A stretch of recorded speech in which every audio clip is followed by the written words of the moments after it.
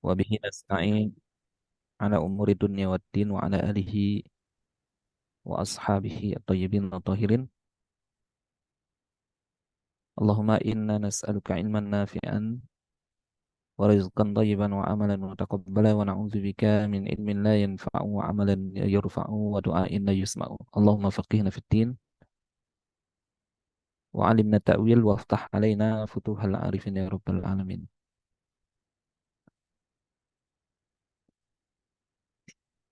Alhamdulillah, segala puji bagi Allah yang telah melimpahkan nikmat, yang telah mencurahkan kebaikan pada kita semua. Salam dan salam semoga tercurahkan kepada qudwah kita Nabiullah Muhammad sallallahu alaihi wasallam dan juga kepada seluruh keluarga beliau, sahabat-sahabatnya serta seluruh mukmin dan mukminat yang ittiba kepada beliau, yang menghidupkan sunnahnya dan yang menjalankan apa yang telah diwasiatkan oleh beliau. Di malam hari ini kita akan membahas berkaitan dengan khobar ahad atau hadis ahad, apakah bisa dijadikan sebagai dalil dalam menetapkan akidah atau apakah ia bisa menjadi hujjah dalam perkara akidah. Nah, pembahasan tentang hadis ahad kita sudah membahas di pertemuan sebelumnya ya. Ketika kita bicara tentang khobar ya, pembagian khobar dari sisi periwayatannya. Ya, ada khobar mutawatir, ada khobar ahad. Dan kesimpulannya bahwasanya khobar ahad tidaklah memberikan faedah yakin. Ya, berbeda dengan khobar mutawatir. Ya, khobar mutawatir itu memberikan faedah al-ilm atau al-yakin. Dia memberikan faedah yakin. Artinya informasi yang dibawa oleh khobar mutawatir itu mencapai derajat yakin. Sesuatu yang sifatnya pasti. Nah, sementara khobar ahad itu tidak memberikan informasi atau tidak memberikan faedah yang mencapai derajat yakin. Dia hanya sampai derajat dhon atau paling kuat adalah ghalabatul dhon ya, dugaan yang paling kuat. Nah, sebelum kita membahas apakah khobar ahad itu bisa menjadi dalil atau hujjah dalam perkara akidah, maka perlu kita pahami apa ini maksud dengan akidah yang disinggung oleh Syekh Taqiyuddin di dalam kitab Saksiyah satu ini. Ini beberapa definisi akidah ya.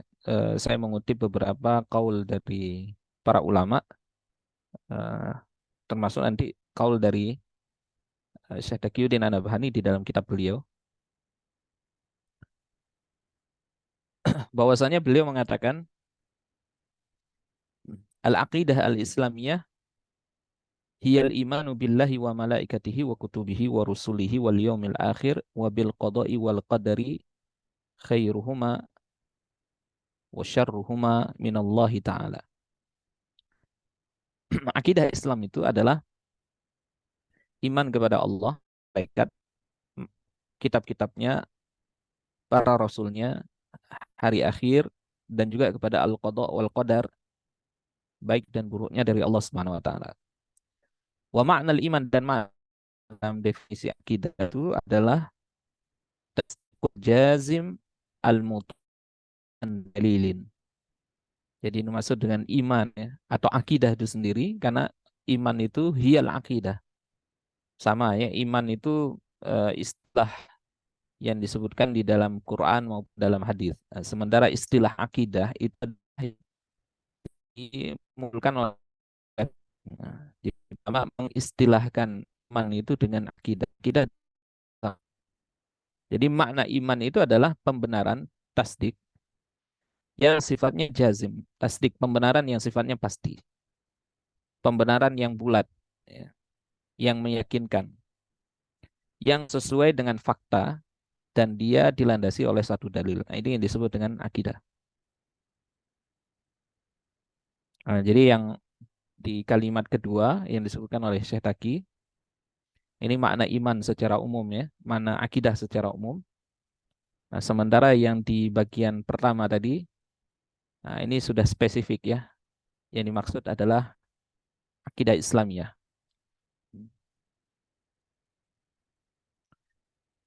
Kemudian definisi dari para ulama yang lain, di antaranya adalah apa yang disebut oleh Syekh Dr. Ibrahim bin Muhammad Al-Buraikan. Beliau mengatakan bahwa al-aqidah itu adalah al-ilmu bil ahkami syar'iyyati al-aqdiyah al-muktasab minal adillatil yakiniyah wa raddi syubhati wa qawadihil adillatil khilafiyah. Yang dimaksud dengan akidah itu adalah ilmu yang berkaitan dengan hukum syar'i yang bersifat keyakinan. Nah, hukum syar'i yang berkaitan dengan akidah yang dia digali dari dalil-dalil yakiniyah. Dalil-dalil yang bersifat pasti. Dalil-dalil yang sampai derajat qat'i. Membantah syubhat. Dan bantahan terhadap berbagai syubhat dan juga celaan terhadap dalil-dalil yang diperdebatkan. Ini definisi akidah menurut Syekh Dr. Ibrahim bin Muhammad Al-Buraikan. Kemudian definisi menurut Al-Imam Syamsuddin Muhammad bin Ahmad As-Safarini Al-Hanbali, ini salah satu ulama Hanbali. Beliau mengatakan bahwa amma ta'rifuhu, adapun definisinya, maksudnya definisi akidah, al-ilmu bil aqaidi ad-diniyah anil adillatil yaqiniyah, ay al-ilmu bil qawaidi syar'iyyati al-i'tiqadiyati al-muktasabati min adillatiha al-yaqiniyah. Jadi yang dimaksud dengan akidah itu adalah ilmu yang dia berkaitan dengan keyakinan-keyakinan keagamaan yang berasal dari dalil-dalil yang bersifat pasti. Al-adillah al-yaqiniyah ini adalah dalil-dalil yang qat'i, yaitu ilmu tentang qawaid syariah, kaidah-kaidah syarak keyakinan yang digali dari dalil-dalilnya yang bersifat pasti. Jadi yang dimaksud dengan akidah itu semua yang berkaitan dengan keyakinan atau sesuatu yang mesti dibenarkan. Ya, pembenaran yang dalilnya itu adalah dalil-dalil yang bersifat qat'i. Sehingga pembenaran yang lahir daripada akidah itu adalah pembenaran yang juga bersifat pasti karena dalilnya adalah dalil yang juga bersifat pasti. Nah, sementara ini adalah definisi menurut Imam Al-Jurjani di dalam kitab At-Ta'rifat ya. Beliau mengatakan bahwa akidah itu adalah i'tiqadu syai' bi annahu kadza ma'i'tiqadin annahu la yumkinu illa kadza. Jadi yang dimaksud dengan akidah itu adalah keyakinan atas sesuatu bahwa ia begini dengan disertai keyakinan bahwa ia tidak mungkin kecuali hanya seperti ini. Itu maknanya bahwa akidah itu ketika kita meyakini sesuatu bahwa seperti inilah dia adanya. Tidak mungkin dia sesuatu yang bertentangan dengan ini. Intinya bahwa meyakini akidah itu berarti kita meyakini kebenaran yang sifatnya mutlak. Tidak mungkin ada kebenaran lain selain apa yang kita yakini. Nah, jadi akidah itu adalah meyakini sesuatu yang kebenarannya itu mutlak, tidak mungkin ada kebenaran lain atau tidak ada kemungkinan bahwa dia salah. Nah, jadi sesuatu yang bisa disebut sebagai akidah itu yang kita yakini dengan satu keyakinan yang sifatnya pasti. Nah, jadi tidak memungkinkan adanya kemungkinan-kemungkinan kebenaran-kebenaran yang lain. Ini berbeda dengan hukum syariat ya. Kalau hukum syariat ya, atau yang berkaitan dengan furu' daripada agama itu tidak sampai, sebagian besar daripada hukum syariat itu tidak sampai kepada derajat yakin di kebenaran bahwa ini adalah halal, bahwa ini adalah haram misalnya. Nah, itu tidak sampai kepada derajat yakin. Ya, itu perkara furu' ya. Misalnya kita bisa mengatakan bahwasanya ini halal tapi ada kemungkinan bahwa dia haram, atau sebaliknya ini haram kita mengatakan ini haram tapi ada kemungkinan bahwasanya dia yang sebaliknya. Ya.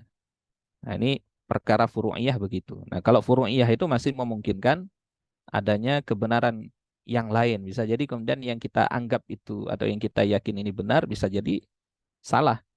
Ya. Tapi kalau akidah itu tidak boleh begitu. Akidah itu mesti kalau kita sudah meyakini ini maka kita sudah menegasikan adanya kebenaran yang lain. Kita sudah menegasikan adanya kemungkinan bahwa ada kebenaran yang bertentangan dengan apa yang kita yakini. Itu sesuatu yang mustahil. Nah, jadi kalau misalnya kita meyakini bahwa Nabi Muhammad SAW sebagai Nabi terakhir, maka itulah kebenaran yang mutlak itu. Ya. Kita tidak akan menerima adanya kemungkinan bahwa ada Nabi lagi setelah Nabi Muhammad SAW. Jadi tidak boleh kita mengatakan kami meyakini bahwa Nabi Muhammad SAW adalah Nabi terakhir, tetapi kami juga tidak menutup kemungkinan adanya Nabi lain setelah Nabi Muhammad. Nah itu bukan akidah kalau begitu. Nah, padahal ini perkara akidah yang sifatnya qat'i. Nah, itu kita tidak bisa membuka adanya peluang kebenaran lain selain daripada apa yang kita yakini. Karena keyakinan bahwasanya Nabi Muhammad SAW sebagai Nabi terakhir itu keyakinan yang sifatnya qat'i. Dari dalilnya dalil qat'i. Sama seperti kita meyakini bahwa akhirat itu adalah sesuatu yang pasti. Nah, kehidupan akhirat itu sesuatu yang pasti. Bahwa nanti di sana ada penghisapan, ada surga dan neraka itu sesuatu yang pasti. Kenapa? Karena dalilnya qat'i. Ketika kita mengatakan bahwa kami meyakini bahwa kehidupan akhirat itu pasti, surga dan neraka adalah pasti, nah, maka kami mengingkari segala sesuatu yang bertentangan dengan itu. Nah, kami mengingkari semua pemikiran yang mengingkari adanya kehidupan hari akhir atau semua pemikiran atau ide yang meragukan hari akhir. Nah, itu kita menegasikan itu semua. Kita bisa mengatakan orang yang mengingkari adanya hari akhir, mengingkari surga dan neraka, maka dia salah, secara pasti salah. Nah, tidak mungkin kita mengatakan, oh ada mungkin kemungkinan dia benar itu. Tidak mungkin kita mengatakan orang yang mengatakan kehidupan akhirat itu tidak ada, kemudian kita mengatakan ada kemungkinan dia benar dengan pemikirannya. Nah, itu kalau kita mengatakan demikian berarti kita tidak yakin dengan akidah, kita tidak yakin dengan apa yang kita yakini. Nah, sama seperti sebagian dari kaum muslimin ya. Dulu saya pernah mendapati ada seseorang yang dia itu meragukan hari akhir, meragukan. Eh, Bukan mengingkari secara mutlak, tapi dia ragu antara ada dan tidak ada. Ya. Nah, dia meragukan. Ya. Tetapi dia sholat, puasa dan lain-lain. Ya. Ketika ditanya kenapa sholat, ini untuk jaga-jaga katanya. Jadi kalau ternyata akhirat itu ada, sudah ada bekalnya begitu. Nah, tapi kalau misalnya ternyata akhirat tidak ada, ya berarti sesuai dengan apa yang saya ragukan. Nah, apakah itu bisa disebut akidah? Tentu tidak bisa disebut akidah. Itu keraguan, keraguan. Dia meragukan, syak ya. Dia berada dalam syak, keraguan ya. Tidak condong kepada salah satu, tidak condong kepada membenarkan, juga tidak condong kepada pengingkaran. Ya. Itu bukan akidah kalau seperti itu. Nah, akidah itu mesti meyakini ya, dengan bulat, meyakini dengan pasti, meyakini 100% dan menegasikan sesuatu yang bertentangan dengan apa yang kita yakini. Bahwa kebenarannya sifatnya mutlak, cuma satu kebenaran. Nah, kebenarannya tidak berbilang. Kalau masalah akidah, kebenaran itu tidak berbilang. Ya. Sebenarnya dalam masalah furu' pun kebenaran tidak berbilang. Yang berbilang itu adalah kemungkinan-kemungkinannya. Kemungkinan pendapat kita benar atau ada kemungkinan juga salah. Nah, itu kalau dalam perkara furu', perkara cabang. Nah, ini. Jadi karenanya kemudian beliau mengatakan mutabiqan lil waqi, ya. Mutabiqan lil waqi, bahwa akidah itu dia sejalan dengan waqi, sejalan dengan fakta. Dan apa namanya, tidak mungkin dia itu akan berubah. Kalau sesuai dengan fakta tidak mungkin berubah. Itulah keyakinan. Keyakinan itu tidak mungkin berubah. Kalau hari ini kita meyakini bahwa surga dan neraka itu ada, sampai mati pun kita begitu meyakininya. Nah, kalau dalam perkara furu ada kemungkinan berubah sesuai dengan dalil kan, bisa jadi kita mendapati ada dalil yang lebih kuat yang menyatakan sebaliknya. Tapi kalau perkara akidah tidak mungkin, mustahil. Nah, jadi ini yang dimaksud dengan akidah ya. Nah, karenanya dari definisi yang kita sebutkan, sebenarnya banyak definisi para ulama, tidak mungkin kita sebutkan satu persatu. Kita bisa menyimpulkan bahwasanya definisi yang kita tampilkan ada 4 definisi tadi ya. Semua memiliki kesamaan meskipun redaksinya berbeda-beda ya. Jadi apa yang diungkap oleh para ulama ya eh, berkaitan dengan ta'rif akidah itu memberikan pengertian yang sama, pengertian yang sama. Meskipun redaksi atau bahasanya itu, ibaratnya itu berbeda-beda. Di mana letak kesamaannya? Kesamaannya adalah ada pada pembenaran. Ya, jadi kalau pembenaran dalam wilayah akidah itu adalah pembenaran yang sifatnya pasti.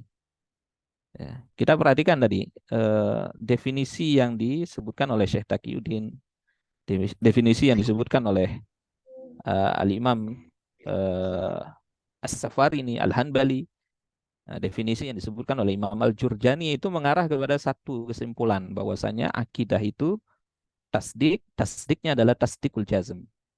At-tasdikul jazim. Ya, pembenaran yang sifatnya pasti, mutlak, meyakinkan dan tidak menerima keraguan. Jadi kalau kita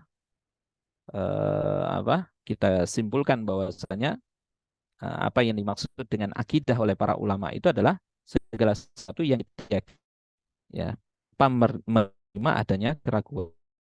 Berarti apa yang kita sebut dengan dugaan kuat itu belum disebut yakin, belum disebut akidah. Nah, misalnya begini, saya menduga kuat bahwa Ustadz Azhar itu pasti berada di rumahnya, nah, tidak berada di masjid atau berada di tempat lain. Nah, itu dugaan kuat. Nah, dugaan kuat, kalau sekedar dugaan kuat, itu tidak bisa disebut sebagai sesuatu yang yakin. Dia tidak bisa disebut akidah. Kenapa? Karena ada kemungkinan meskipun sangat kecil, ada kemungkinan Ustadz Azhar itu beliau tidak berada di rumahnya, ada kemungkinan di rumah saudaranya. Atau ada kemungkinan mungkin di tempat lain. Meskipun kemungkinan itu kecil. Nah, kemungkinan itu kecil. Nah, kalau masih ada kemungkinan yang lain yang bertentangan dengan apa yang kita yakini tadi, ada kemungkinan lain meskipun itu 0,0 sekian persen misalnya, itu tetap tidak bisa disebut dengan akidah. Jadi ghalabatul dzan tetap tidak bisa disebut akidah. Karenanya akidah itu dia sifatnya pasti dan meyakinkan dan tidak menerima adanya keraguan. Ya. Nah, jadi yang kita sebut tadi ya, bahwa tidak termasuk dalam wilayah akidah setiap pembenaran yang itu hanya bersifat dugaan saja. Ya.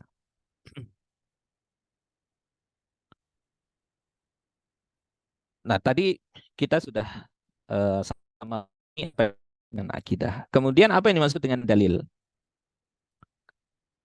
Dalil itu maknanya adalah mursyid. Al-mursyid, ad-dalil bima'na al-mursyid. Imam Ash-Shirazi di dalam kitab Al-Luma beliau mengatakan ad-dalil huwa al-mursyidu ilal matlub. Jadi maksud dengan dalil itu adalah yang memberi petunjuk kepada yang dicari. Ya. Di apa yang kita cari, maka kita butuh petunjuk.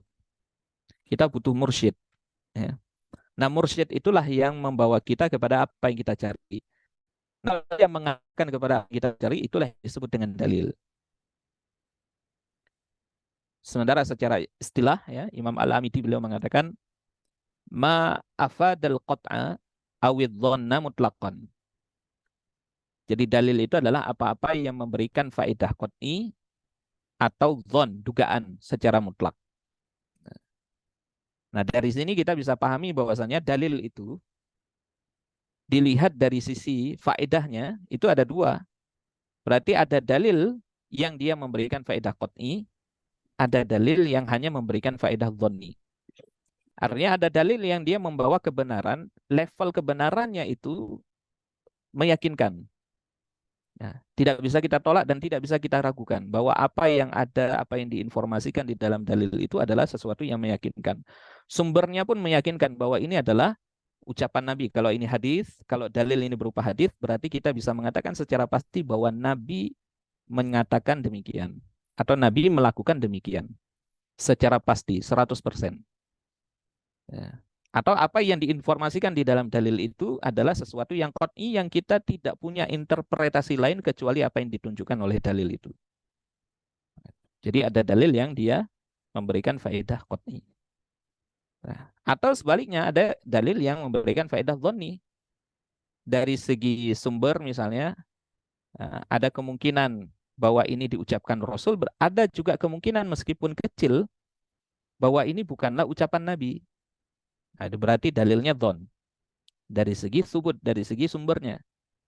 Atau dari segi informasi yang dibawa, yang dikandung di dalam dalil itu. Misalnya, ada dalil yang ternyata interpretasi para ulama itu macam-macam. Nggak satu. Contoh misalnya, dari segi sumber, dia bisa saja ini. Tapi dari segi dilalah, dia dhon. Nah, sangat memungkinkan, begitu ya. Berarti eh, kita sebut sebagai dalil yang dhonni. Ya. Dalil yang dhonni memberikan faedah dhonni berarti tidak bisa menjadikan atau menjadi hujjah dalam perkara akidah.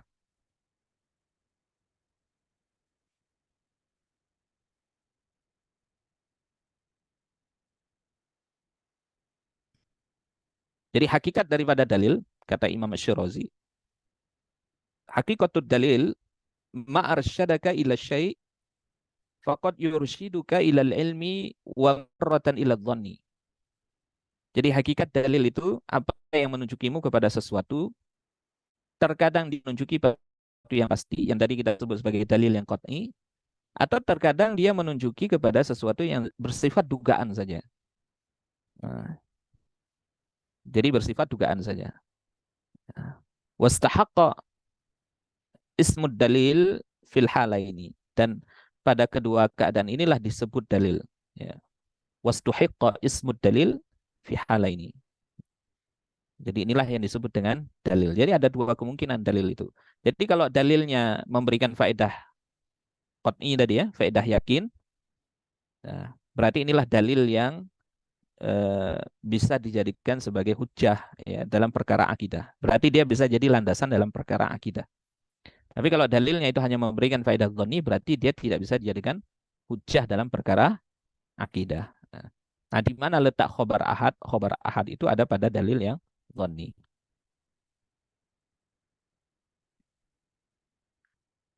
Nah, kalau kita bagi ya berdasarkan apa yang disebutkan oleh para fuqaha tadi ya berkaitan dengan definisi dalil, dalil itu kalau dilihat dari aspek kekuatannya kita bisa bagi dia menjadi 4 macam. Pertama ada qat'i subut, ada dalil yang qat'i subut, qat'i dilalah. Ini dalil yang bersifat pasti dari segi pertama dari segi validitasnya. Artinya dari segi sumber dia qat'i. Contohnya apa? Ayat Al-Qur'an dan hadis mutawatir. Ini dari segi sumber pasti nih.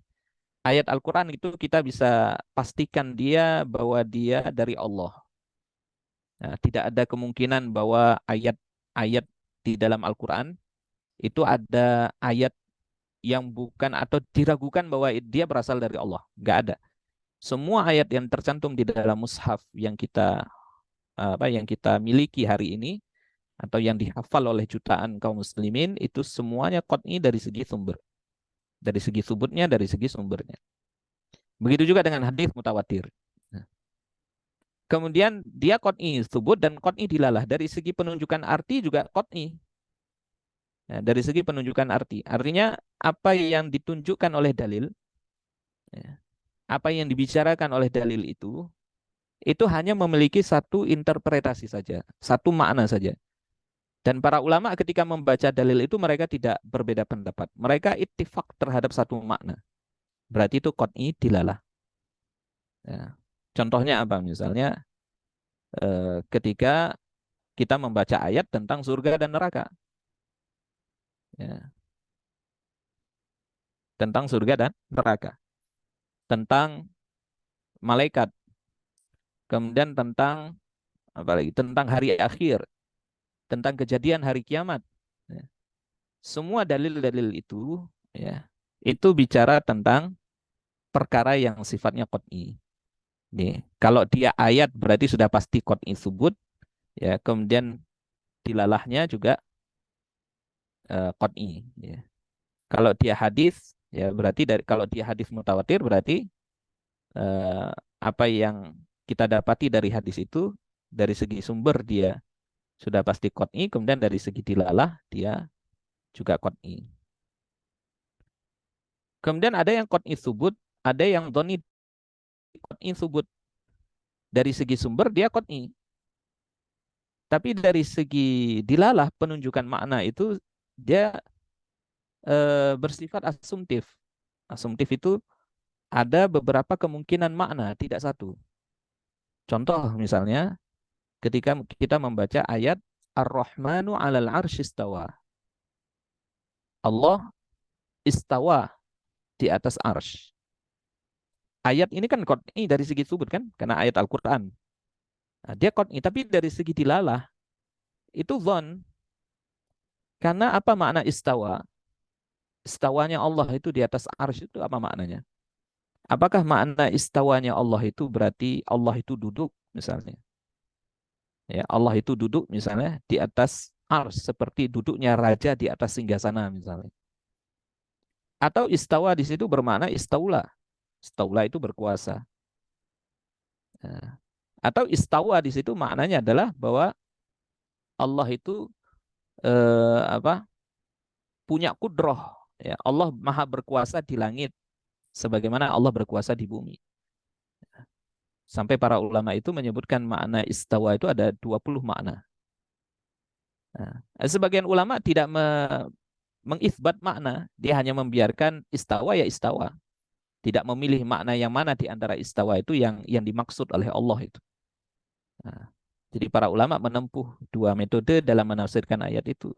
Ada yang mentakwil, mentakwil itu berarti memilih makna yang tepat yang disesuaikan dengan eh, apa namanya kelayakan ya sifat yang layak bagi Allah. Nah, tidak boleh nanti ditakwil misalnya dengan makna yang justru nanti akan menyebabkan apa istilahnya menyerupakan Allah dengan makhluk. Nah, jadi tidak boleh mentakwil misalnya tapi mengarah ke tajsim. Nah, seperti memaknai bahwa istawa itu seperti apa namanya julus misalnya duduk. Nah, kalau duduk itu kan seperti makhluk, ya, makhluk itu duduk di atas kursi, duduk di atas lantai, dia butuh tempat. Ya. Sehingga para ulama mentakwil tapi mentakwil yang sesuai dengan sifat yang layak bagi Allah. Nah, ada juga yang tidak mentakwil, tafwid. Mereka ketika membaca ayat ini mereka hanya mengatakan ya istawa, Allah istawa. Nggak perlu ditanya lagi istawa itu bagaimana. Dan dua-duanya adalah metode salaf. Ya. Nah ini di situ para ulama bisa berbeda pendapat. Nah, berarti ini ayat ya dari segi dilalah itu dhon. Nah, dari segi dilalah itu dhon.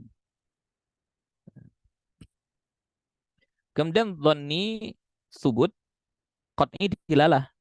Ada yang dia dari segi subut dia dhon, tapi qat'i dilalah. Ya, qat'i dilalah. Nah, jadi dari segi sumber ini termasuk berarti khobar ahad. Nah, khobar ahad. Dari segi sumber ya dia masih belum bisa dipastikan bahwa ini Nabi yang mengucapkan karena masih ada kemungkinan bahwasanya ada kesalahan dari para rawinya bisa jadi salah dalam meriwayatkan karena kalau hadis atau khobar itu sampai ke masa kodifikasinya saja di masa para imamul muhaditsin itu kan sudah terpaut jarak yang jauh sekali, sudah berapa rawi itu yang berada di dalam mata rantai periwayatan itu.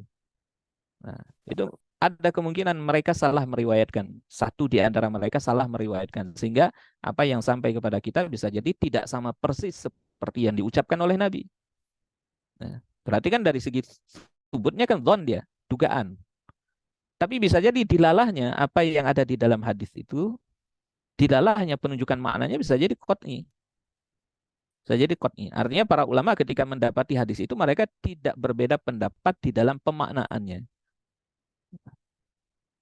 Atau yang keempat, dia dhoni subut, dhoni dilalah. Ya. Khobar ahad dalam maknanya juga dhoni. Sehingga para ulama juga berbeda pendapat di dalam memahami ayat itu. Ya. Atau memahami hadis itu. Ya. Karena kalau perkara yang sifatnya furu, ya itu meniscayakan adanya perbedaan pendapat itu. Nah, yang bisa dijadikan sebagai dalil dalam perkara akidah adalah yang poin nomor 1. Ya, jadi dalilnya adalah yang qot'i subut dan juga qot'i dilalah. Inilah yang dia bisa menjadi hujjah dalam perkara akidah. Dan ini apa yang disebutkan oleh Imam Taqiyuddin As-Subki ya. Untuk memperkuat apa yang kita sebutkan sebelumnya. Beliau mengatakan fanaqulu al-fariqu qa'imun wa huwa annal i'tiqada wa nubuwata min usuliddin wal khata'u fihima yujibul kufra wad dhalal. Falidzalika ishtaratna al-qat'a fihima bi khilafir riwayati al-muta'alliqati bil furu'. Kata Imam As-Subki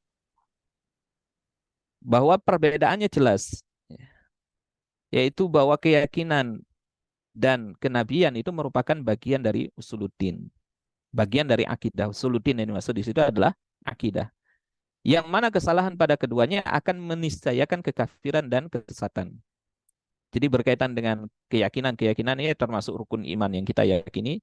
Kemudian beliau secara khusus bicara tentang kenabian.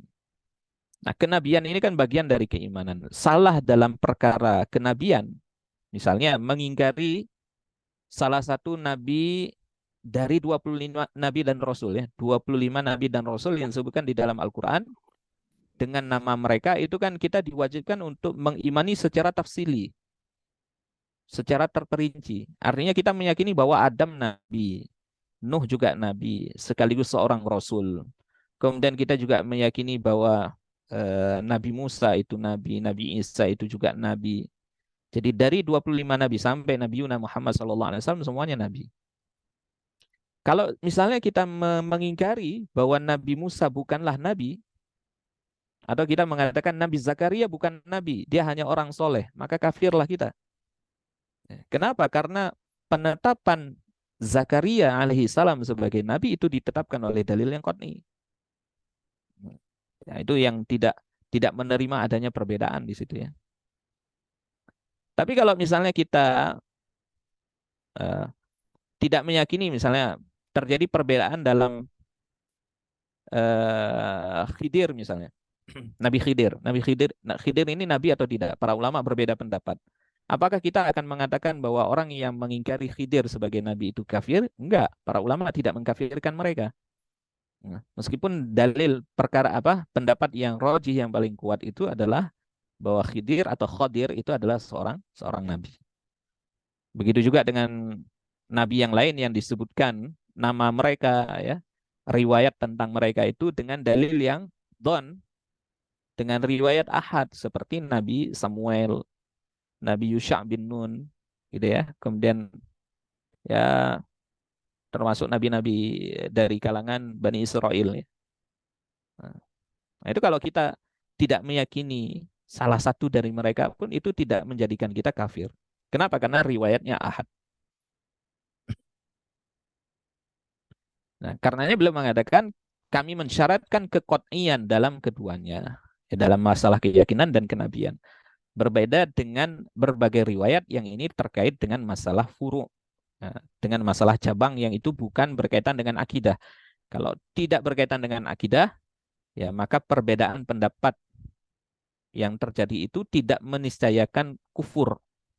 Ya, orang yang berbeda pendapat dengan kita, kita tidak bisa mengkafirkan atau tidak bisa kita mengatakan dia sesat, ya, atau keluar dari agama. Itu kalau dalam perkara furu, tapi tidak dalam perkara akidah.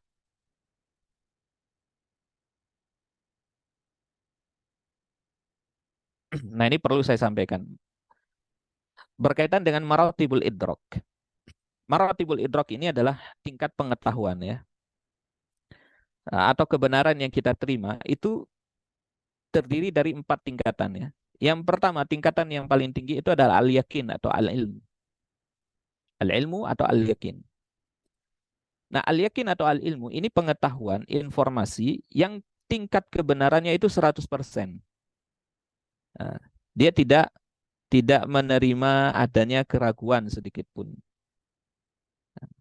Contoh misalnya informasi tentang bahwa eh, di Mekkah itu eh, ada satu tempat yang bernama ada gua yang bernama Gua Hiro misalnya. Gua Hiro.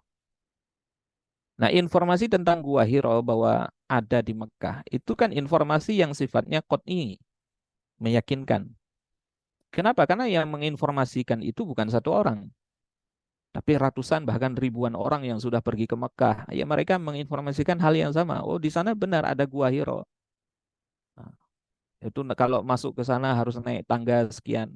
Ya, itu jaraknya dari kota Mekah sekian.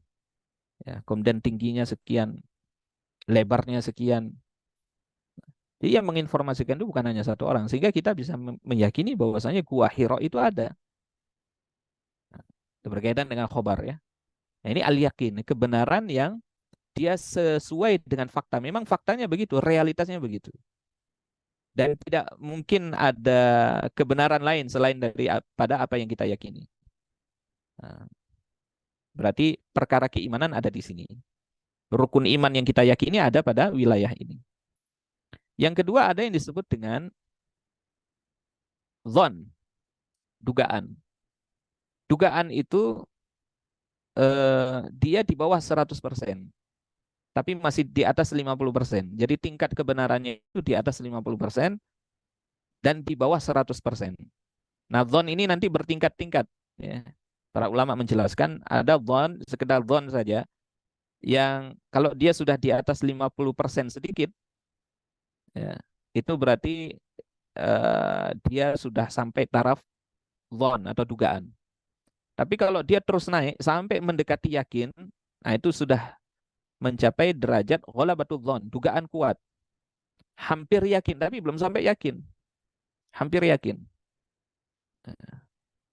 Itu yang kita sebut dengan ghalabatul dzan. Kemudian ada syak. Syak itu ragu, tidak condong. Misalnya ada 2 informasi yang kita tidak condong kepada salah satunya. 50-50. Jadi masih 50%, 50% antara iya dan tidak. Sepertinya yang kalau yang ini kayaknya ini juga benar, ada kemungkinan benar. Yang ini juga ada kemungkinan benar. Kita lebih condong yang mana? Nggak condong kepada dua-duanya, masih 50-50. Nah, itu syak namanya. Kita masih ragu. Ya. Tidak condong pada salah. Tapi kalau sudah condong ke salah satu, misalnya, kayaknya ini kayaknya. Dugaan saya yang benar yang ini. Saya menduga ini bahwa dia benar sesuai dengan apa yang diinformasikan. eh, tetapi tingkat kebenarannya masih 51%. Jadi sudah mulai agak condong. Nah, itu berarti sudah masuk ulon. Tapi kalau tidak masih syak, ragu-ragu. Nah, sementara yang keempat di bawah 50% itu al-jahl. Al-jahl itu adalah ketika kita meyakini sesuatu itu bertentangan dengan kebenarannya. Itu disebut dengan jahil, ya. Orang yang jahil itu ketika dia meyakini sesuatu tapi bertentangan dengan realitas yang sebenarnya. Itu jahil. Nah, seperti kita mengatakan bahwa nggak ada yang namanya gua hero itu. Nah, itu semuanya hoax, palsu, misalnya kan, beritanya palsu. Nah, kita mengatakan nggak ada gua hero. Itu jahil. Kenapa? Karena bertentangan dengan realita. Atau kita mengatakan nggak ada yang namanya Ka'bah itu. Nah, lebih parah lagi kan? Nggak ada yang namanya Ka'bah. Di Mekah itu nggak ada Ka'bah. Itu jahil. Dia meyakini sesuatu tapi bertentangan dengan realitanya. Atau dia tidak tahu sama sekali ya. Ketika ditanya apakah kamu tahu Ka'bah itu di Mekah? Saya nggak tahu. Nah itu juga jahil. Al-jahlu ya. Dia tidak punya informasi, tidak mengingkari, atau tidak meyakini sesuatu yang bertentangan dengan realita, atau tidak mengingkari, dia hanya tidak memiliki informasi. Ketika dia ditanya, dia tidak tahu. Nah, itu juga disebut dengan al-jahl. Nah, akidah itu ada di mana? Akidah itu ada di al-yakin. Nah, jadi semua dalil, ya, dalil baik itu ayat Al-Quran yang qat'i subut, sudah pasti qat'i subut dan qat'i dilalah itu ada pada wilayah ini. Begitu juga dengan hadis mutawatir yang qat'i dilalah juga ada di wilayah ini. Nah, sementara yang dhon, ya, dhon, nah disinilah riwayat ahad itu. Ya, riwayat ahad hanya memberikan faedah dhon saja, dugaan saja.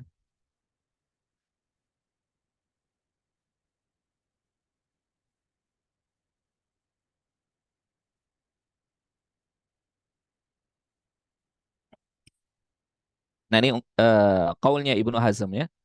Eh, bahwasanya beliau mengatakan wa qala al-Hanafiyyuna wa Syafi'iyyuna wa jumhurul Malikiyina wa jami'ul Mu'tazilah wal Khawarij inna khabaral wahid la yujibul amal. Jadi mazhab Hanafi, mazhab Syafi'i, kemudian mayoritas Maliki, kemudian seluruh Mu'tazilah dan Khawarij itu mereka mengatakan bahwa hadis ahad itu tidak meniscayakan keyakinan. Ya afwan ya. Inna khabaral wahid la yujibul ilma. Ya. La yujibul ilma. Bahwa khabar wahid itu tidak meniscayakan adanya keyakinan. Nah, wa ma'na hadza inda jami'ihim annahu qad yumkinu lan yakuna kadziban au mauhuman fihi wattafaqu kulluhum fi hadza. Ini artinya bahwasanya menurut mereka di para ulama ini bahwa sesungguhnya hadis ahad itu tidak meniscayakan tidak bahwa ia memungkinkan untuk salah atau diragukan. Dan semua telah sepakat akan hal ini. Jadi khobar wahid itu masih memungkinkan salah. Apa yang diinformasikan di dalamnya itu bertentangan dengan yang sebenarnya. Ada kemungkinan. Apakah kemungkinannya itu sekian persen misalnya ya, 30% ada kemungkinan salah atau kemungkinan salahnya cuma 20% atau cuma 1%. Tetap itu dianggap sebagai lon ya, sebagai dugaan saja atau diragukan ya. Dan semua ulama sepakat itu. Nah, disitulah posisi daripada khobar wahid, khobar ahad atau hadis ahad itu.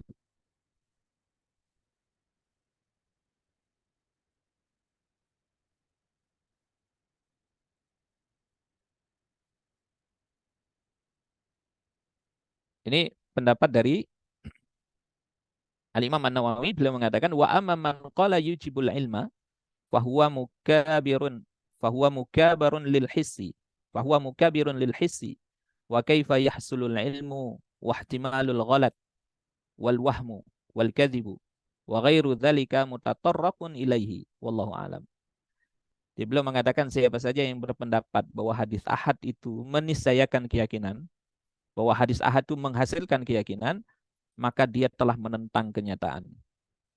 Nah, bagaimana mungkin keyakinan bisa tercapai sementara kemungkinan salah, ragu-ragu, dusta, dan lainnya ada padanya. Jadi khobarul wahid itu dia masih membawa ihtimal tadi itu. Kemungkinan-kemungkinan itu. Kemungkinan salah masih ada, kemungkinan ragu-ragu masih ada, kemungkinan dusta masih ada. Bagaimana bisa kita mengatakan bahwa khobar wahid itu bisa mencapai keyakinan atau bisa membawa kepada keyakinan? Nah, sesuatu yang tidak mungkin ya. Begitulah keadaannya hadis ahad itu ya.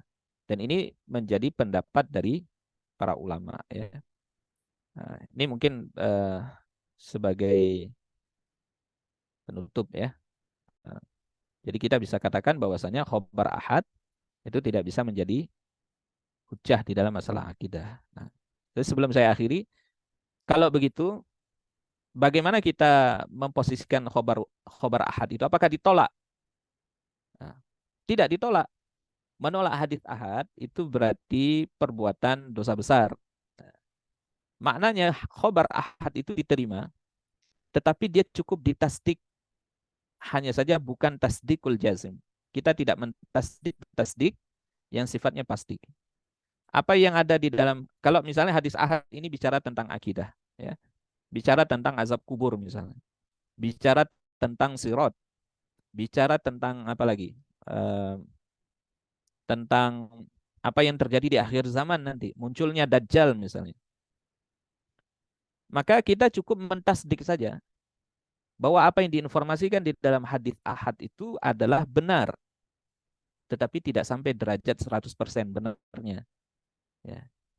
Nah, kita tidak meyakini itu 100%, tetapi kita cukup mentasdik, kita membenarkan, dan kita menduga kuat bahwa apa yang diinformasikan di dalam hadis ahad itu bahwa benar adanya.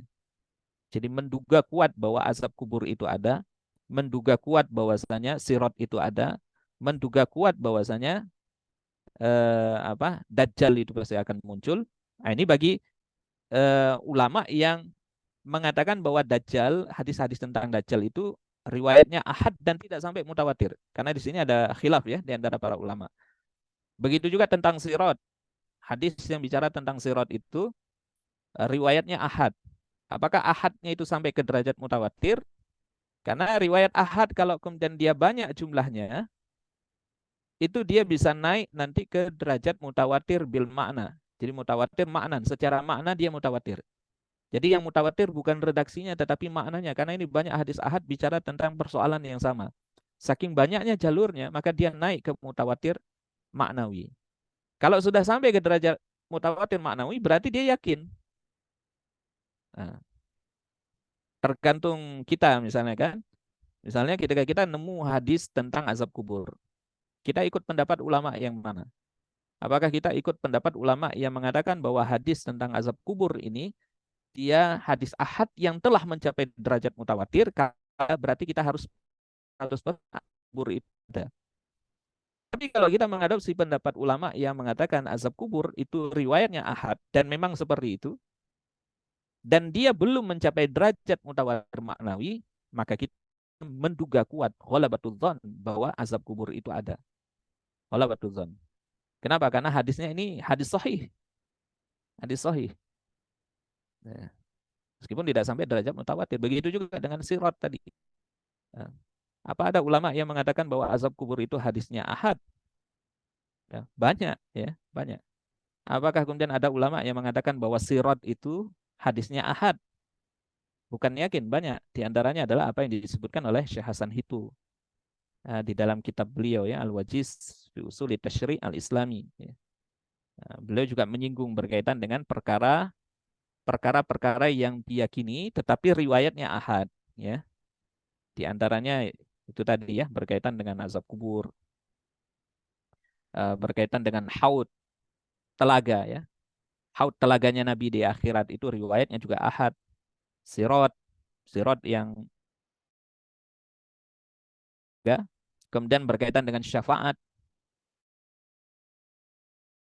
Nah, disitulah para ulama apakah riwayat ahad itu mencapai derajat mutawatir atau tidak. Nah, sehingga kita nggak perlu sampai mengkafirkan orang yang meyakini berbeda dengan kita atau sebaliknya. Ya. Nah, baik itu mungkin yang bisa kita bahas ya di pertemuan malam hari ini. Saya kembalikan ke Ustadz Azhar. Wallahu a'lam bishawab.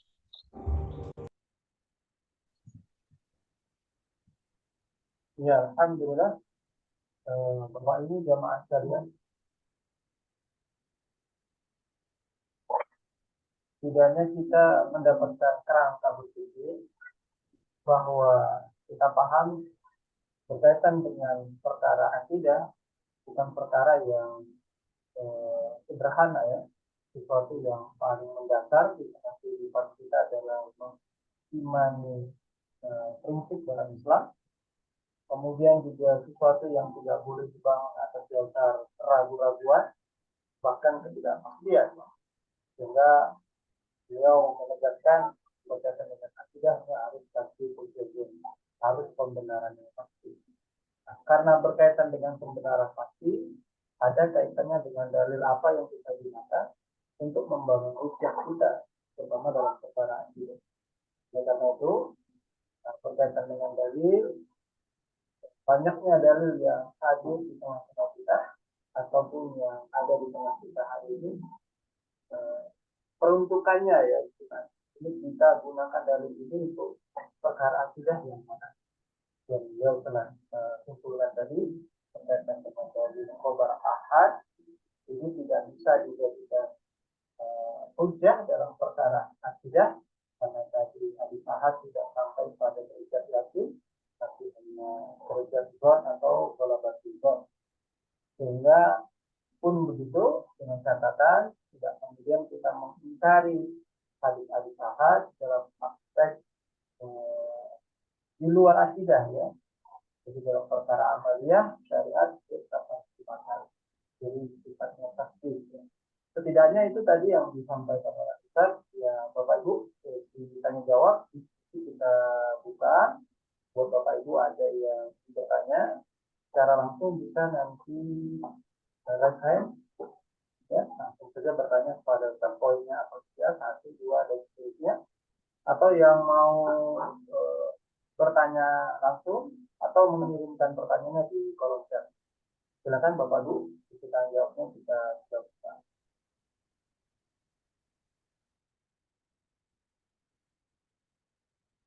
Alhamdulillah ini ada pertanyaan yang sudah masuk Ustaz. Dari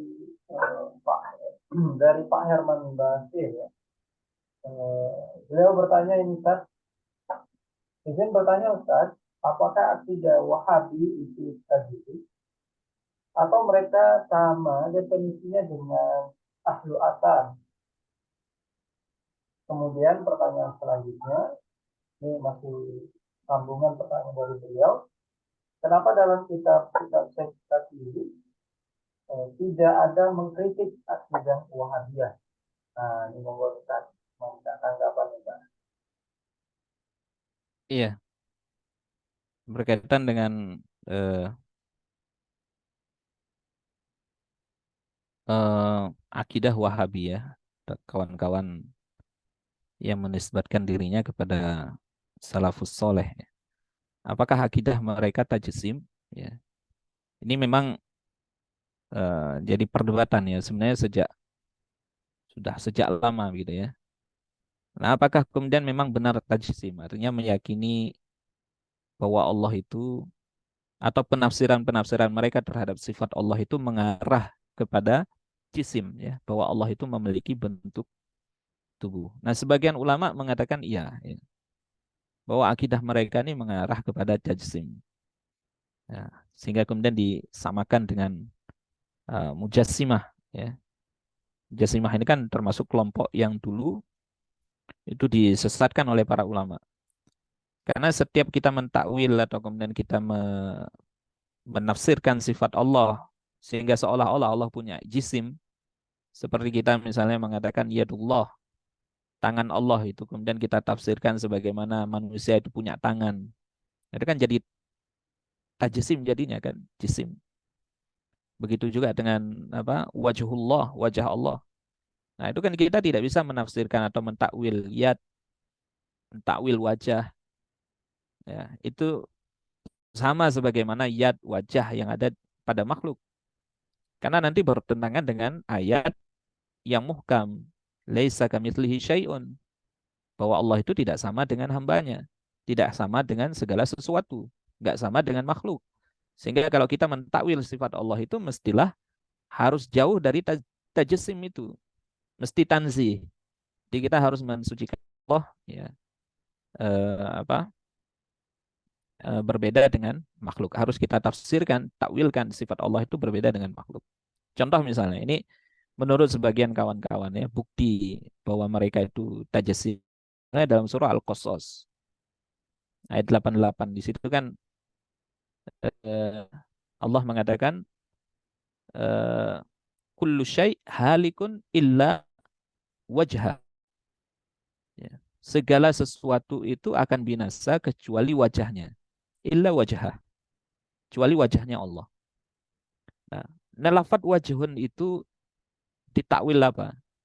Nah, mereka itu mentakwil wajah itu dengan makna muka, sebagaimana muka wajah yang kita miliki itu ya. Nah, sebagaimana muka atau wajah yang kita miliki. Sehingga ketika kemudian ditakwil dengan wajah sebagaimana muka yang kita miliki, itu akhirnya kemudian seakan-akan ada tasawur di situ ya, penggambaran dalam bentuk fisik ya, bahwa Allah itu punya wajah sebagaimana wajahnya makhluk. Nah, itu menurut sebagian apa kawan-kawan ya, ya mengarah kepada tajsim. Tapi wallah alam ya. Dan sebenarnya banyak bukti ya, kita tidak bisa menampilkan di sini ya. Ucapan atau kaul dari para ulama mereka sendiri yang ya mungkin mengarahkan kepada tajsim. Nah, termasuk kita bisa antum bisa lihat nanti di pandangannya Syekh bin Bas dan Syekh Utsaimin. Paling tidak dua itu saja. Nah, dua itu saja ketika mereka dua ulama ini menafsirkan tentang wajah, tentang yad dan lain-lain, nanti akan ketemu itu. Apakah kemudian tajsim atau tidak. Nah, di sebagian para ulama yang berseberangan dengan mereka itu berkesimpulan bahwa dua ulama ini, ya, terutama Syekh bin Baz ya, ketika menafsirkan menakwilkan ayat-ayat sifat itu mengarah ke tajsim. Nah, kenapa Syekh Taki tidak mengkritik akidah Wahabi? Wallah alam ya, saya juga nggak tahu. Wallah alam. Nah, apakah kemudian beliau tidak melihat adanya tajsim atau beliau tidak konsen menelaah akidah mereka, bisa jadi kan? Ada dua kemungkinan. Bisa jadi beliau melihat tidak adanya tajsim, atau bisa jadi beliau memang tidak konsen untuk membedah atau membahas konsep akidah mereka. Ya. Eh, itu ya barangkali. Ya. Apakah ada kemungkinan lain? Wallah alam.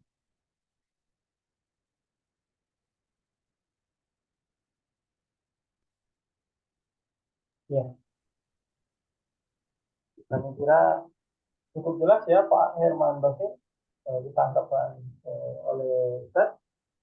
Ya, Insya Allah kalau berkaitan dengan poin kedua itu, kenapa dia tidak mengkritik, memang itu agak subjektif kita nanti menilainya. Ya, eh, gimana Pak? Kita masuk pertanyaan selanjutnya ya. Iya. Oke, pertanyaan selanjutnya dari Ibu atau Mbak. Ya. Maaf kalau salah penyebutan Ibu Iva. Ya. Dan apa jadi berkaitan tentang siksa kubur, surat, kemudian telaga, memang hadisnya ahad, namun tidak sampai pada mutawatir maknawi, sehingga tidak boleh mengkafirkan orang yang berbeda pendapat tentang. Mohon penjelasannya Ustaz. Nah, mohon konfirmasi lagi Ustaz. Iya.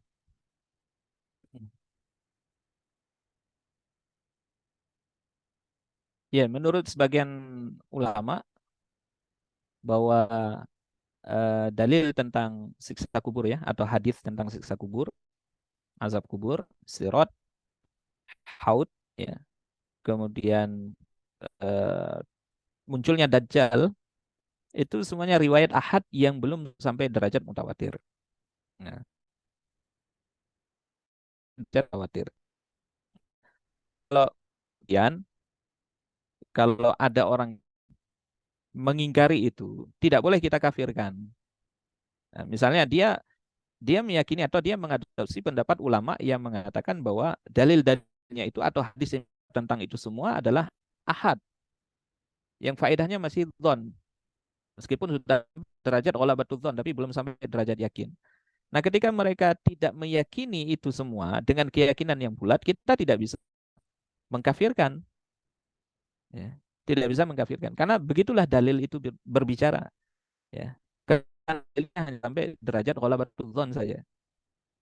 Jadi nggak bisa kita kafirkan, nggak bisa kita mengatakan oh ini si fulan mengingkari azab kubur.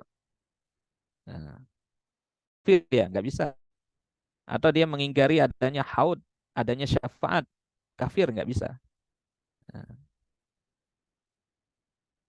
jadi tergantung kepada kalau kita ini sebagai orang awam ya kita tergantung kepada ulama. Nah, Imam As-Suyuti ya, misalnya beliau mengatakan pertanyaan munkar dan nakir ya, di alam kubur itu qot'i kata beliau karena riwayatnya itu sampai kepada derajat mutawatir bil makna. Ini bicara tentang azab kubur kan banyak ya, banyak. Nah, salah satu eh, hadis tentang azab kubur itu adalah pertanyaan mungkar dan nakir. Riwayatnya, riwayatnya ahad kata Imam Suyuti, tapi dia sampai derajat mutawatir. Nah, kalau kita ngikut pendapat Imam Suyuti dalam hal ini berarti kita harus menjadikan itu perkara akidah, kita yakini 100%. Nah, jadi ini masih khilaf ya. Kesimpulannya begitu ya. Siksa kubur, sirat, haud, dajjal, munculnya dajjal, kemudian syafaat itu dalil-dalil yang bicara tentang itu ahad atau dia qat'i ya. Mutawatir atau dia hadis ahad ini masih diperdebatkan oleh para ulama. Nah, artinya di situ khilaf. Tapi kalau sesuatu yang sudah disepakati kekot'iannya baik itu qat'i tsubut maupun dilalah, nah itu berarti kebenarannya cuma satu, yang keluar dari itu berarti dia keluar dari Islam. Keluar dari Islam. Nah, misalnya tentang eh, apa rukun iman ya, tentang rukun iman itu. Nah, rukun iman mengingkari satu saja rukun iman ya berarti kafir. Mengingkari bahwa malaikat itu tidak ada, ya, tidak meyakini adanya malaikat. Padahal dalilnya ya, kafir karena kebenarannya cuma satu. Ya, wallahu a'lam bishawab. Ya, jadi Ustaz menyambung pertanyaan tadi ataupun tanggapan terakhir. Ada memang diskusi kita dengan tempat yang ada di sekitar sini. Ya. Eh, Kalau memang eh, perkara azab kubur, kemudian surat, kemudian eh, tentang Imam Mahdi dan saja begitu, kemudian tentang paus telaga misalnya. Ini bagian dari iman atau bagian dari akidah, maka posisi mereka atau posisi bahasa ini kenapa tidak dimasukkan dalam akul iman, akul iman tadi. Nah, ini diskusi saja, diskusi tadi. Itu saja, dan itu terkonfirmasi apakah memang begitu sehingga seakan-akan yang kita bahas tadi ini berkaitan dengan kubur, dengan apa namanya Imam Mahdi dan kemudian yang lainnya tadi tidak masuk ke dalam pembahasan akul iman. Karena mestinya kalau dia akul iman, nah ini pertanyaan yang agak lebih on the box, out of box. Berarti kan rukun iman itu bertambah ya, tidak 6, berarti ada 7, 8 dan ini ingin konfirmasi saja. Nah, kemudian konfirmasi yang kedua, kalau memang ini kita ingkari, kemudian kita tidak sampai pada kafir, jadi kalau orang nggak mengingkari ini, kategorinya kalau bukan kafir, jadi apakah dia masuk beriman juga tidak? Nah, ini gimana juga? Iya, eh, begini ya, berkaitan dengan rukun iman ya. Yang dengan arkanul iman itu perkara yang disebutkan pertama dia adalah perkara yang qat'i sudah pasti ya. Rukun iman itu perkara yang qat'i. Ya, sesuatu yang keyakinan 100% kan begitu. Pertanyaannya rukun iman ada berapa? Kalau misalnya kita meyakini sekarang itu rukun iman 6. Justru ada hadis riwayat Imam Muslim dari jalur Abu Hurairah itu menyebut rukun iman itu 7.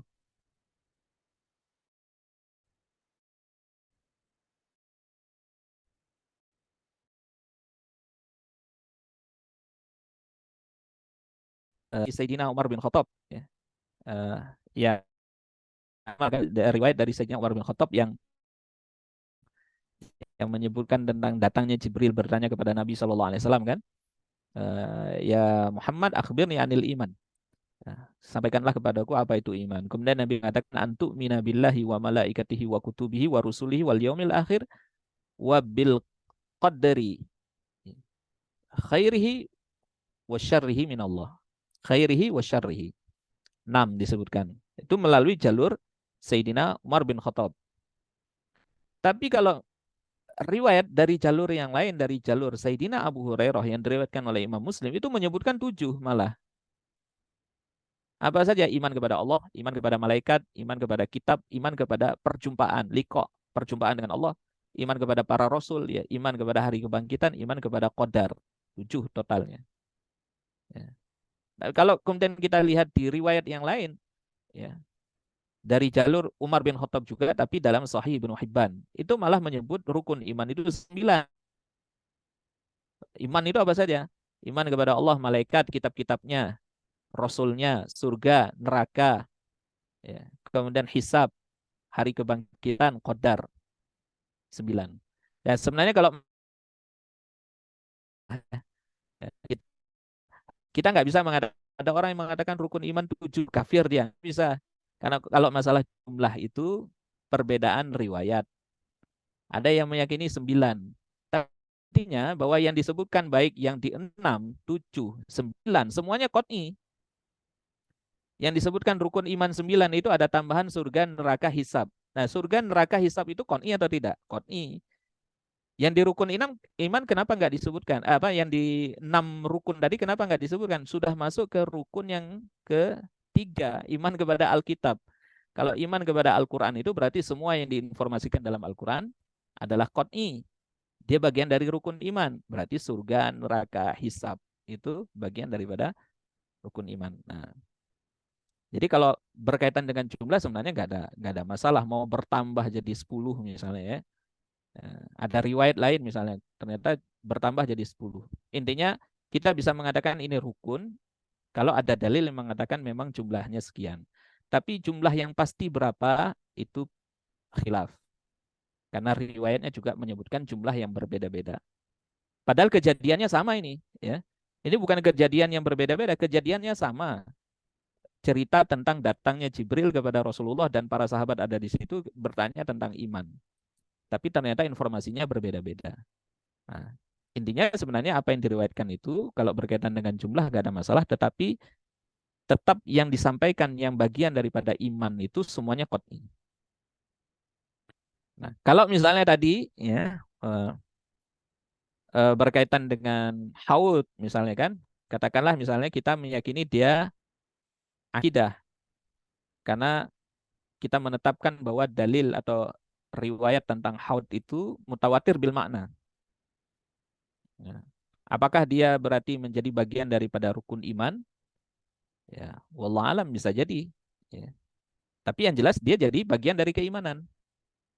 Nah, begitu juga dengan kemunculan Dajjal misalnya kan. Kita meyakini bahwasanya riwayatnya itu mutawatir bil makna.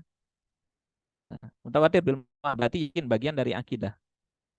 Nah, apakah kemudian bertambah di rukun iman itu bertambah misalnya bukan lagi 6 jadi 7? Nah, ya kita nggak bisa mengatakan demikian karena memang bicara tentang rukun itu mesti ditetapkan dengan dalil ya. Ya, para ulama itu menyebutkan bahwa ya yang disebut dengan rukun itu ya apa yang disebutkan dalam dalil riwayat Jibril yang bertanya kepada Nabi Shallallahu Alaihi Wasallam. Tetapi kalau tidak disebutkan di dalam rukun, apakah kemudian bukan iman? Ya iman juga. Meskipun tidak disebut di dalam rukun iman kan, karena banyak perkara keimanan yang dalilnya itu qot'i jelas, tetapi tidak disebutkan dalam dalam dalam rukun iman. Nah, dia juga bagian daripada keimanan. Intinya keimanan tidak hanya terbatas pada apa yang disebutkan oleh rukun iman saja, tetapi mencakup semua hal yang diyakini dengan dalil yang qot'i. Nah, pokoknya mengingkari keimanan yang tadi sifatnya qot'i tadi, itu menyebabkan seseorang keluar dari Islam. Mengingkari itu, keluar dari Islam. Meskipun dia bukan bagian dari rukun iman ya, tidak disebutkan di dalam rukun iman yang 6 atau yang 7 tadi atau yang 9 tadi. Nah, dia keluar dari keimanan. Nah,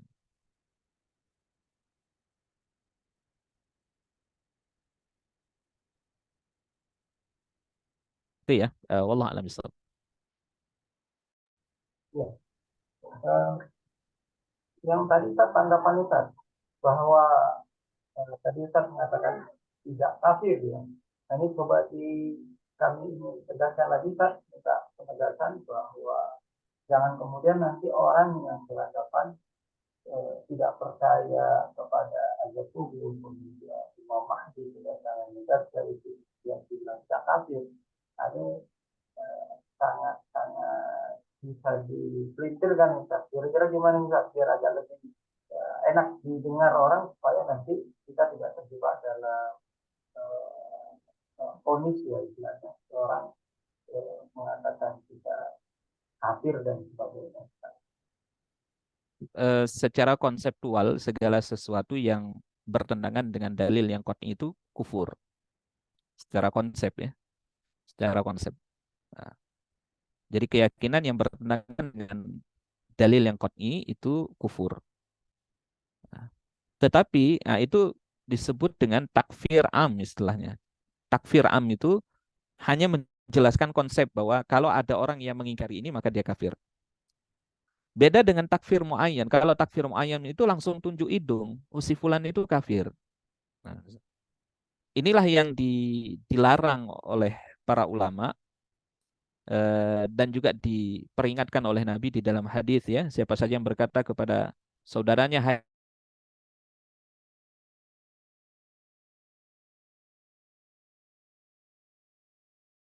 tapi kalau kemudian tidak benar bahwa saudaranya kafir, maka ucapan itu akan kembali kepada dirinya.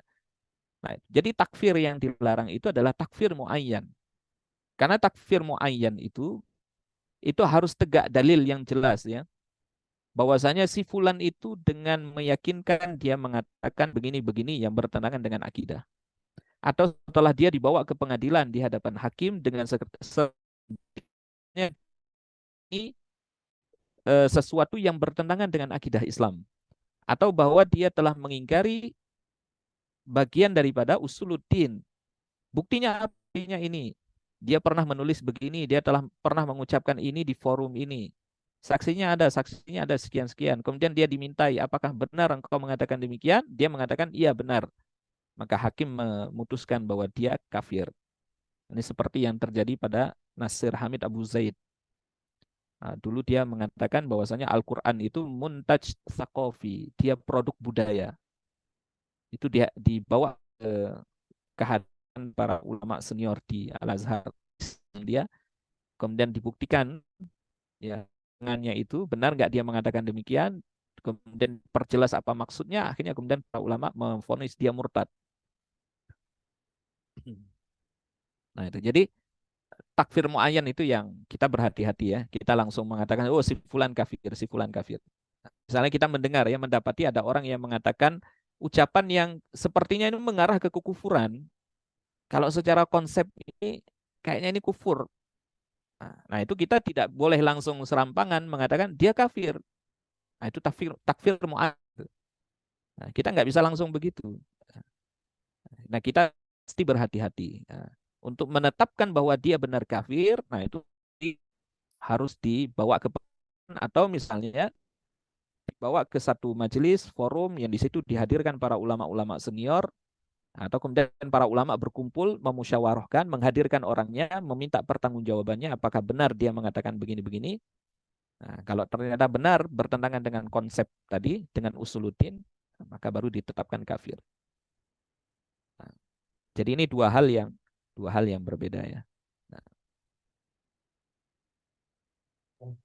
Alhamdulillah. Terakhir Ustaz, masih ada waktu Ustaz? Pertanyaan baik. terakhir ini dari kayaknya ini pertanyaan terakhir kita buat dan penutup. Mohon maaf Bapak Ibu. Ini agak perbedaan konteksnya berkaitan dengan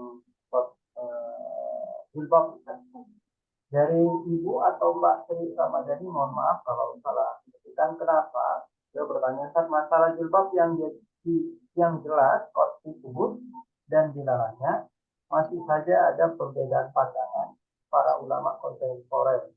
Mohon penjelasannya, Pak.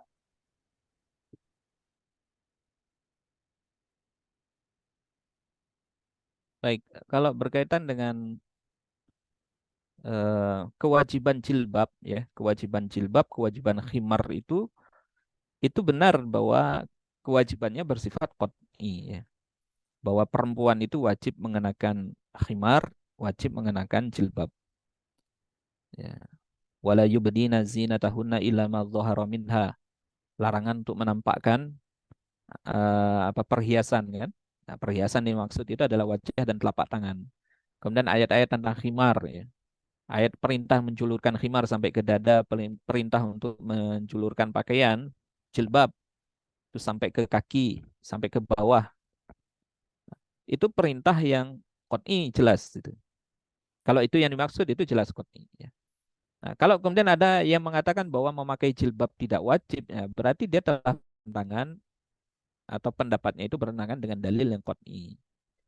Nah, itu dianggap pendapat yang nyeleneh. Makanya tidak banyak. Kalaupun ada mungkin ya pendapat orang-orang liberal, ya, pendapat kalangan liberal. Ya. Atau kalau dia bukan tokoh liberal misalnya kan, ternyata kok berpandangan semacam itu ya berarti tidak perlu dianggap pendapatnya karena sudah pasti bertentangan dengan mayoritas kaum muslimin. Nah, itu kalau yang dimaksud itu ya pertanyaannya berkaitan dengan kewajibannya ya, kewajiban memakai khimar dan juga kewajiban memakai jilbab. Saya kira tidak ada perbedaan ya. Kalaupun ada yang berbeda itu sangat sedikit dan itu dianggap syadz. Syadz ya, pendapat yang nyeleneh ya. Karena ini bukan perkara yang sebenarnya khilaf di situ ya. Para ulama tidak khilaf arti berbeda pendapat tentang kewajiban keduanya.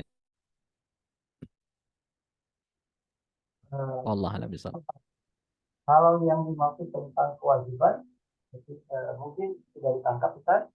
Tapi kalau yang ditanya tentang jilbabnya, Ustaz, nah, kalau Hmm. tentang kewajibannya sudah clear, mungkin bagi kita sudah clear atau sebagai kaum sudah clear, bentar ini Ustaz, dikonfirmasi langsung dari yang kita terkait dengan fakta jilbabnya berarti. Hmm. Iya, kalau perbedaan memakai jilbab, saya tidak berani mengatakan ini qat'i ya, atau makna jilbab yang dimaksud adalah ini dan itu sudah pasti qat'i. Saya tidak berani mengatakan demikian ya. Eh, jadi karena ini nanti berkaitan dengan pertama pemaknaan jilbab. Yang dimaksud dengan jilbab itu apa? Nah, jilbab itu bagaimana? Ini kembali kepada bahasa nanti kan. Kembali kepada eh, apa namanya para ulama bagaimana makna jilbab itu seperti apa. Nah, sebagian memaknainya sebagai terowongan ya, di baju lurus terusan ya tanpa ada potongan sama sekali. Kemudian nanti berkaitan juga dengan pakaian kewajiban memakai jilbab di luar rumah. Karena ada sebagian yang dia memahami bahwasanya eh, bahwa keluar rumah itu nggak harus pakai jilbab, yang penting menutup aurat. Nah, bentuknya itu seperti apa ya mungkin yang penting tidak sampai menampakkan aurat atau menampakkan bentuk tubuh. Nah, saya nggak berani mengatakan itu qat'i ya, berkaitan dengan hal itu ya. Wallah alam apakah benar itu qat'i, tapi kenyataannya memang para ulama ya berbeda pendapat soal itu. Ya. Karenanya kemudian kita tidak berani kalau kemudian mengkafirkan orang yang memakai jilbab dengan bentuk potongan begitu ya. Kayak rumah eh, tapi bentuknya potongan. Nah, kita tidak sampai katakan bahwa orang yang semacam itu kafir. Karena kalau sudah mengingkari yang qat'i ya konsekuensinya kafir gitu kan. Ya, kafir. Wallah alam ya. Mungkin ini perlu kajian lebih lanjut nanti ya untuk memperjelas hal ini. Ya, Masya Allah, Alhamdulillah. Itu bisa ditangkap ya, Bu Sri ya. Kira-kira ada yang mau disampaikan Ustaz untuk sebagai closing statement tadi yang kita malam ini? Ya, di pembahasan tentang khobar ahad ya, ini memang membutuhkan usaha dari kita untuk pertama untuk memahami apa itu akidah, yang kedua eh, apa itu khobar ahad ya. Karena kesalahan sebagian orang dalam memahami pendapat para ulama ya bahwa khobar ahad itu bukan dalam masalah akidah adalah kekaburan dalam memahami akidah. Nah, sehingga mereka dapat ulama kok bisa khobar ahad saya jadikan sebagai dalil akidah ya padahal semua hadis itu harus diterima. Nah, ini kan berarti ada kesamaran ya dalam memahami akidah, definisi akidah itu apa. Yang kedua, belum memahami secara utuh khobar ahad itu apa. Dan apa faedah yang dibawa oleh khobar ahad. Nah, itu yang perlu kita pahami. Kemudian yang kedua, mungkin nanti perlu kajian secara mandiri ya, para ikhwah sekalian, untuk mungkin menentukan apa masalah-masalah yang kita sebutkan tadi, misalnya seperti haud, syafaat, begitu ya. Kemudian azab kubur ya. Nah, itu perlu mencari pandangan para ulama, khobar yang tentang itu semua, apakah yang sudah sampai derajat mutawatir. Kemudian ya silahkan diadopsi masing-masing. Nah, itu bisa berbeda nanti di antara kita, karena Syekh Taqiyuddin sendiri di dalam kitab ini tidak menentukan, tidak menetapkan masalah itu. Misalnya apa tadi azab kubur misalnya. Syekh Taqi tidak menetapkan, tidak menuliskan di dalam kitab beliau bahwa azab kubur khobarnya ahad. Beliau hanya menetapkan, meletakkan kaidahnya saja. Nah, berkaitan dengan pengadopsian dalam rinciannya, berkaitan tadi azab kubur dan macam-macam, itu kembali kepada kita. Nah, silakan. Kajian tentang ini banyak sekali. Para ulama sudah membahas panjang lebar, tinggal kita taklid kepada mereka, pendapat siapa yang kita ikuti, kemudian itulah yang kita pegang. Tapi harus ingat bahwasanya penetapan dalil dalam masalah-masalah yang kita sebutkan tadi, apakah dia ahad atau mutawatir, itu khilafiyah. Perbedaan pendapat di kalangan para ulama, sehingga jangan sampai juga kita mengkafirkan orang yang kita menginginkan yang tidak menerima perbedaan di dalamnya. Wallah, insya Allah kita di majlis berikutnya. Wallah alam bisawab. Assalamualaikum warahmatullahi wabarakatuh. Waalaikumsalam. Ya, alhamdulillah Bapak Ibu jamaah sekalian.